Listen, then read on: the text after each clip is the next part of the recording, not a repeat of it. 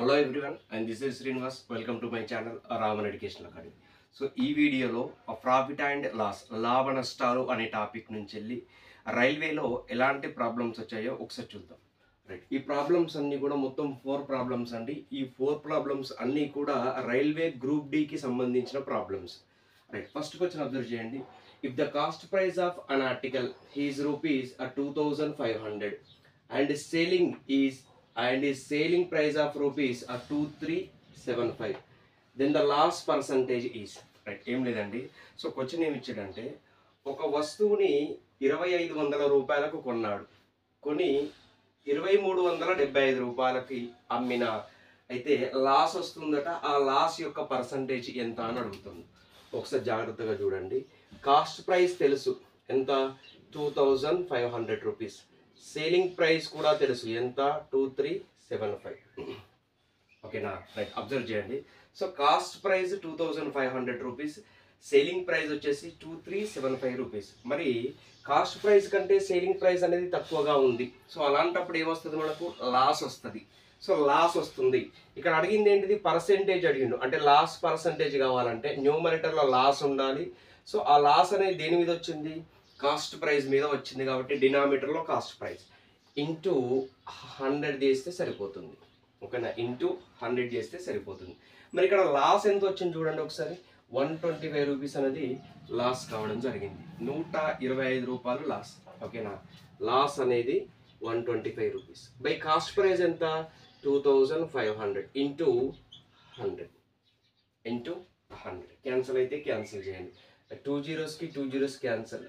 25 తోని 5 times cancel అవుతుంది. కానీ లాస్ పర్సంటేజ్ ఎంత అంటే 5% అనేది లాస్ పర్సంటేజ్. ఓకేనా? కాస్ట్ ప్రైస్ కంటే సేలింగ్ ప్రైస్ ఎక్కువగా ఉంది కాబట్టి లాస్ వస్తుంది. సో లాస్ వచ్చింది కాబట్టి లాస్ పర్సంటేజ్ వస్తుంది. సో లాస్ పర్సంటేజ్ కావాలంటే లాస్ బై ఆ కాస్ట్ ప్రైస్ ఇంటూ 100 చేస్తే సో ఓవరాల్గా మనకు లాస్ వచ్చింది. Next second problem. Venkat bought a second hand scooter and spent 10% of the cost on its repair. He sold the scooter for a profit of rupees 2200. Then cost price is అని అడిగింది. So ఏం లేదండి ఇక్కడ. So Venkat అనే person ఒక second hand స్కూటర్ని కొంటున్నాడు. ఎంతకు కొంటున్నాడు అంటే 2200 రూపీస్కి కొంటున్నాడు. ఓకేనా? 2200 రూపాయలకు కొంటున్నాడు. రైట్, అయితే so Venkat bought second hand scooter and spend 10% of the cost price. So ఎట్లా కొంటున్నాడంటే కాస్ట్ ప్రైస్ కంటే ఎక్కువ ఒక 10% అదనంగా ఖర్చు చేసుకుంటున్నాడు. మనకి ఇక్కడ కాస్ట్ ప్రైస్ తెలియదు కాబట్టి, ఫర్ ఎగ్జాంపుల్ కాస్ట్ ప్రైస్ 100. ఓకేనా? Cost price 2200. So cost price ఎప్పుడైనా కూడా 100కి ఈక్వల్ అవుతుంది. సో కాస్ట్ ప్రైస్ కంటే ఎంత ఎక్కువ స్పెండ్ చేసిండు? 10% ఎక్కువ స్పెండ్ చేసిండు.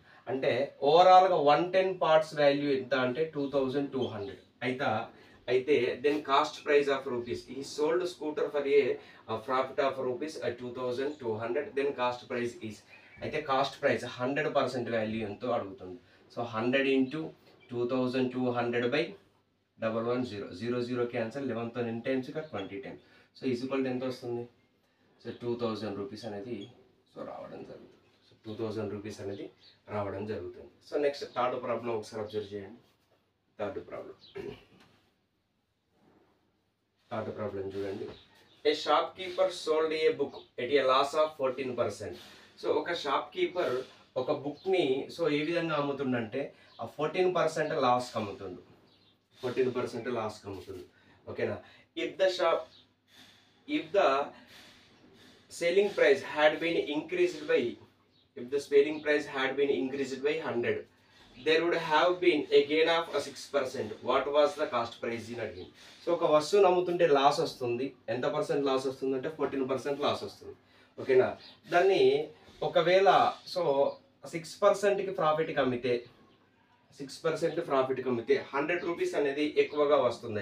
అయితే కాస్ట్ ప్రైస్ ఎంతో అడిగింది. ఓకేనా?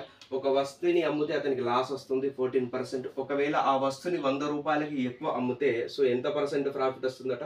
6% ప్రాఫిట్ వస్తుందట. రైట్, ఇలాంటి ప్రాబ్లం చూడండి. ఇక్కడ లాస్ పర్సంటేజ్ ఇచ్చిండు అనుకోండి, ఇవి రెండింటిని యాడ్ చేయాలి. లాస్ పర్సంటేజ్ అయినా యాడ్ చేయాలి, పర్సంటేజ్ లాస్ అయినా యాడ్ చేయాలి. ఒకవేళ పర్సంటేజ్ అంటే మైనస్ చేయాలి, సారీ ప్రాఫిట్ అంటే మైనస్ చేయాలి. ఒకసారి లాస్ అన్నా కూడా మైనస్ చేయాలి. ఓకేనా, లాస్ ప్లస్ ప్రాఫిట్ అన్న plus, profit plus profit loss అన్న ప్లస్, ప్రాఫిట్ అన్న మైనస్, లాస్ అన్న కూడా మైనస్ తీసుకోవాలి. ఓకేనా, ఇప్పుడు చూడండి ఇక్కడ లాస్ వచ్చింది, ప్రాఫిట్ వచ్చింది. లాస్ ప్రాఫిట్ అన్నప్పుడు ఏం తీసుకోవాలి, ఆ రెండింటిని యాడ్ చేస్తే సరిపోతుంది. మరి రెండింటిని యాడ్ చేస్తే ఎంత వస్తుంది, 20 వస్తుంది. ఆ వాల్యూ ఎంత అంటే 100 రూపీస్. ఓకేనా, సో అయితే 100 పార్ట్ వాల్యూ ఎంత, 20 కాస్త 100 అయిందంటే ఇక్కడ ఇంటూ 5, ఇక్కడ కూడా ఏం జరగాలి, ఇంటూ 5. అంటే ఓవరాల్గా కాస్ట్ ప్రైస్ ఎంత అంటే so 500 rupees.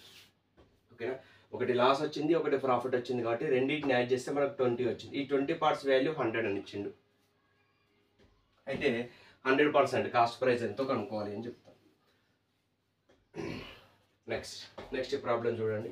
A man by 15 identical articles for a total rupees 15. ఓకేనా, ఒక వ్యక్తి 15 ఆర్టికల్ను కొంటున్నాడు.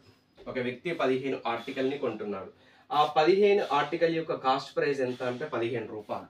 అయితే if he sales each of them for rupees 1.23, then is profit percentage is. అయితే ఏం చేస్తుందంటే ఆ 15 ఆర్టికల్ని 15 రూపీస్ చొప్పున కొంటుండు. ఓకేనా, ఇక్కడ ఏం చేద్దామంటే 1 ఆర్టికల్ ప్రైస్ ఎంతో కనుక్కుందాం. అంటే 15/15 ఈజ్ ఈక్వల్ టు ఎంత, 1 రూపీ. అంటే ఒక వస్తువుని 1 రూపాయి చొప్పున కొని ఏ విధంగా అమ్ముతుండు, సో ఇది కాస్ట్ ప్రైస్, అవునా కదా. సో 15 ఆర్టికల్ని 15 రూపాయలకు కొంటున్నాడంటే ఒక్కో ఆర్టికల్ ప్రైస్ ఎంత అంటే 1 రూపీ, ఇది కాస్ట్ ప్రైస్. సో కొన్ని దేని చేస్తున్నాడు, దీన్ని ఒక్కో ఆర్టికల్కు 1.23 రూపీస్ చొప్పున అమ్ముతున్నాడు. 1 రూపాయికి కొని 1.23 రూపీస్ చొప్పున అమ్ముతున్నాడు అంటే ఇక్కడ లాస్ వస్తుందా, ప్రాఫిట్ వస్తుందా, లాస్ వస్తుంది. ఎంత లాస్, సారీ ప్రాఫిట్ వస్తుంది. ఎంత ప్రాఫిట్ వస్తుంది, 0.23 వస్తుంది. ఓకేనా, ప్రాఫిట్ వచ్చినప్పుడు ప్రాఫిట్ పర్సంటేజ్ ఉంటుంది. అంటే profit by cost price into 100. Profit ఎంత ఉంది, 0.23 ఉంది. కాస్ట్ ప్రైస్ ఎంత ఉంది, 1 ఉంది, ఇంటూ 100. సో ఇక్కడ చూడండి పాయింట్ తర్వాత 2 నెంబర్స్ ఉన్నాయి. సో 2 నెంబర్స్కి, సో 2 జీరోస్కి, సో ఇక్కడ పాయింట్ తర్వాత ఉన్న 2 నెంబర్స్ పాయింట్ ఉంది కాబట్టి క్యాన్సిల్ అయిపోతుంది. సో ఓవరాల్గా ఎంత అంటే ప్రాఫిట్ పర్సంటేజ్ 23% అనేది ప్రాఫిట్ పర్సంటేజ్. ఇవన్నీ కూడా గ్రూప్ డీలో వచ్చినాయండి. సో నెక్స్ట్ క్లాస్లో మళ్ళీ ప్రాఫిట్ అండ్ లాస్ గురించి డిస్కస్ చేద్దాం. సో మళ్ళీ కొన్ని ప్రీవియస్ క్వశ్చన్ తీసుకోండి. Okay, thank you.